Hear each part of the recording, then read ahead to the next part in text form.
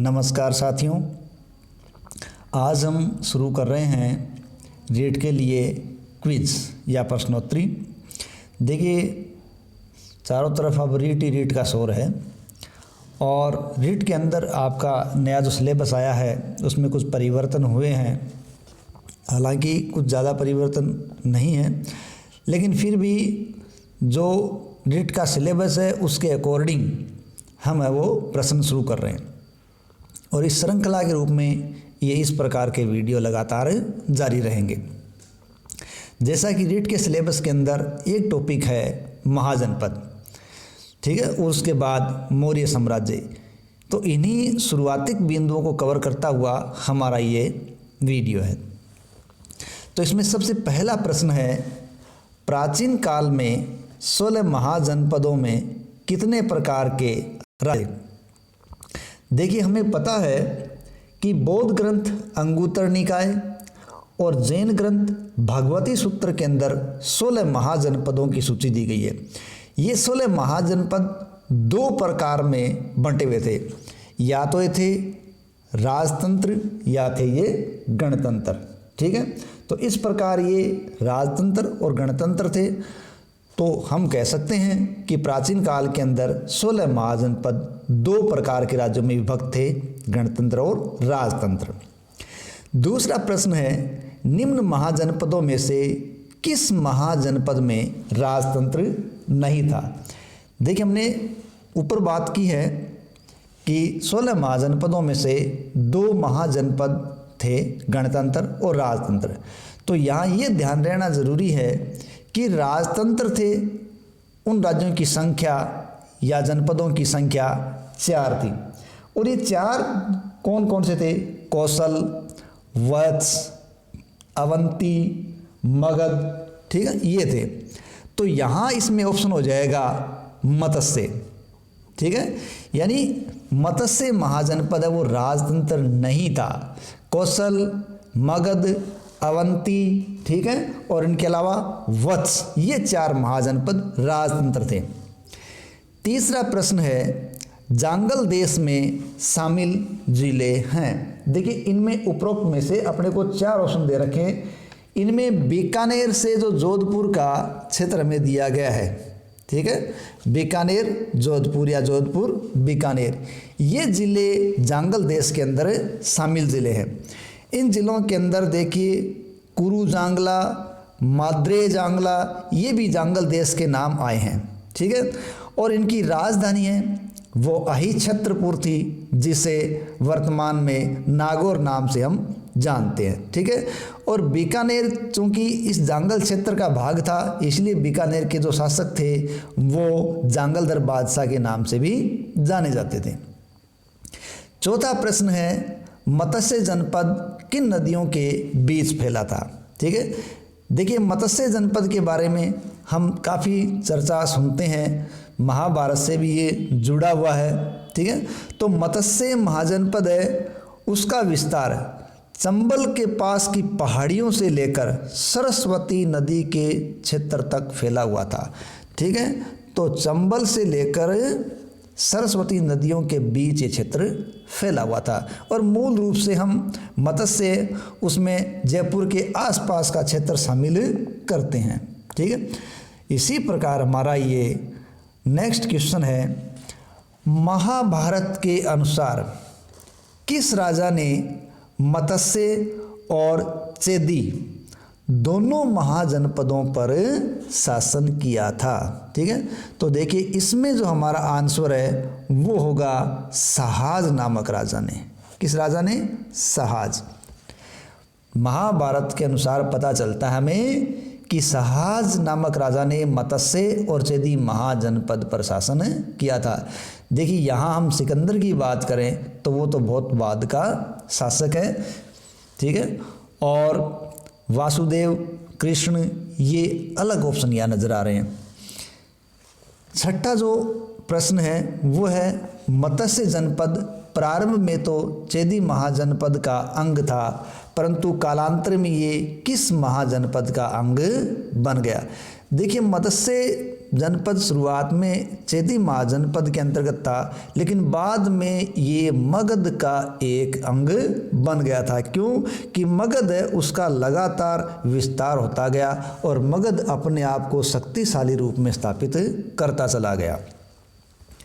7वां प्रश्न है, महाभारत के अनुसार सुरसेन महाजनपद पर किस वंश का शासन था? ठीक है, तो सुरसेन महाजनपद है उस पर यदु वंश का शासन था। ठीक है, देखिए जो सुरसेन है वो आधुनिक ब्रज क्षेत्र में स्थित एक महाजनपद था और इसकी राजधानी है वो मथुरा मानी गई है। ठीक है, और इसको सुरसेनोई या मोथेरा राजधानी के नाम से भी संकेत किया गया है, क्योंकि कुछ प्राचीन जो यूनानी लेखक है वो इस राज्य को सुरसेनोई तो राजधानी को मेथोरा के नाम से भी कहीं कहीं संबोधित करते हैं। ठीक है, और भरतपुर, धौलपुर, करौली ये जो क्षेत्र है वो सुरसेन के अंतर्गत आते थे। हालांकि अलवर जिला भी इसके अंदर शामिल था, लेकिन अलवर का केवल कुछ ही भाग इसके अंदर शामिल होता था। 8वां प्रश्न है, राजा सुसीन ने 10 राजाओं को युद्ध में पराजित किया था, उनका संबंध किस महाजनपद से था? तो उनका संबंध था सीवी महाजनपद से। किससे था? सीवी महाजनपद। देखिए सीवी जनपद की राजधानी शिवपुर थी। कौन सी थी? शिवपुर। और राजा सुसीन ने उसे अन्य जातियों के साथ 10 राजाओं के युद्ध में पराजित किया था। और प्राचीन शिवपुर की पहचान वर्तमान पाकिस्तान के सोरकोट नामक स्थान से की जाती है। ठीक है, ध्यान रखें। 9वां अगला प्रश्न है, गणतंत्र राज्यों यानी महाजनपद, महाजनपद की राज सत्ता कुलीन परिवार के हाथ में होती थी। ठीक है, किन परिवारों के हाथ में होती थी? कुलीन परिवार के हाथों में थी। इन परिवार के संस्थागार के सदस्य निर्धारित विषयों पर अपने विचार व्यक्त करते थे। तो जो विचार व्यक्त करते थे वो क्या कहलाता था? ठीक है, वो अनुयु विरोध कहलाते थे। क्या कहलाते थे? अनुयु विरोध। ठीक है, देखिए जिन विषयों पर विवाद होते थे उन पर फिर मतदान करवाया जाता था और मतदान के लिए बहुरंगी सलाखाएं काम में ली जाती थी। 10वां प्रश्न है, सीवी जनपद की राजधानी शिवपुर वर्तमान में किस नाम से जानी जाती है? इसका हम पहले जिक्र कर चुके हैं, ये सोरकोट नाम से जानी जाती है। ठीक है, यानी प्राचीन शिवपुर की पहचान वर्तमान पाकिस्तान के सोरकोट नामक स्थान से की जाती है। नेक्स्ट क्वेश्चन है, राजस्थान में स्थित सीवी जनपद की राजधानी थी। ठीक है, देखिए राजस्थान के पास स्थित नगरी इस जनपद की राजधानी थी, चित्तौड़ के पास। राजस्थान में देखो ऐसा माना जाता है कि ये जो सीवी है या जिसको हम सोरकोट नाम से शिवपुरी की पहचान कर रहे हैं, वही लोग कालांतर में क्या हुआ कि राजस्थान के आसपास के क्षेत्रों में आकर बस गए और यहाँ इन्होंने चित्तौड़ के पास नगरी को राजधानी बनाकर अपना यहाँ राज्य स्थापित किया था। तो राजस्थान के अंदर सीवी जनपद की राजधानी नगरी थी। 12वां जो प्रश्न है, वासुदेव के पुत्र श्री कृष्ण का संबंध किस महाजनपद से था? ठीक है, देखिए इनका संबंध सुरसेन से था। ठीक है, यानी वासुदेव के पुत्र श्री कृष्ण का संबंध सुरसेन से ही था और महाभारत के अनुसार यादव वंश या यदु वंश का यहाँ शासन था। इसका उल्लेख हम पहले ऊपर प्रश्नों में कर चुके हैं। नेक्स्ट क्वेश्चन है, सुरसेन जनपद में निम्न में से कौन सा जिला संबंधित नहीं था? इसकी जिक्र भी हम पहले कर चुके हैं। देखिए अलवर, भरतपुर, धौलपुर, करौली, हालांकि ये सभी जिले सुरसेन के भाग थे, लेकिन इसमें अलवर ज़िला है वो यहाँ अलग होगा, क्योंकि अलवर ज़िले का केवल पूर्वी भाग ही इसके अंदर शामिल था, बाकी इसमें ये शामिल नहीं था, जबकि भरतपुर, धौलपुर, करौली का अधिकांश भाग इसका पार्ट था। नेक्स्ट क्वेश्चन है, मगध महाजनपद का आविर्भाव किस वंश के समय में हुआ? देखिए, मगध को उत्कर्ष पर पहुंचाने वाला वंश था हर्यक वंश, ठीक है, यानी प्राचीनतम वंश हर्यक वंश माना गया है, जिसके समय मगध है वो उत्कर्ष को प्राप्त हुआ था। मगध के राज सिंहासन पर धनानंद कब सिंहासनारूढ़ हुआ था? देखिए, मगध के राज सिंहासन पर धनानंद 326 ईसा पूर्व में सिंहासनारूढ़ हुआ और इसी समय चंद्रगुप्त मौर्य और सिकंदर का आविर्भाव भी हो रहा था। नेक्स्ट क्वेश्चन है, जब धनानंद सिंहासनारूढ़ हुआ तब पश्चिम उत्तर भारत किसके आक्रमणों से आक्रांत था? तो वो शख्स था सिकंदर, ठीक है। जैसे ए ऑप्शन में दे रखा है सेल्यूकस, देखिए सेल्यूकस है वो सिकंदर के बाद, सिकंदर के जाने के बाद उसके यहाँ भारतीय प्रदेशों का गवर्नर बना था। और जहाँ तक डाइमेक्स एंटियोक्स की बात है वो बाद के यूनानी व्यक्ति हुए हैं, यानी सिकंदर के तुरंत बाद कौन था? सेल्यूकस था। और 17वां क्वेश्चन है, चंद्रगुप्त मौर्य कितने वर्ष की आयु में मगध के सिंहासन पर बैठा था? यानी चंद्रगुप्त मौर्य जब मगध के सिंहासन पर बैठा तब उसकी आयु 25 वर्ष की आयु थी, ठीक है।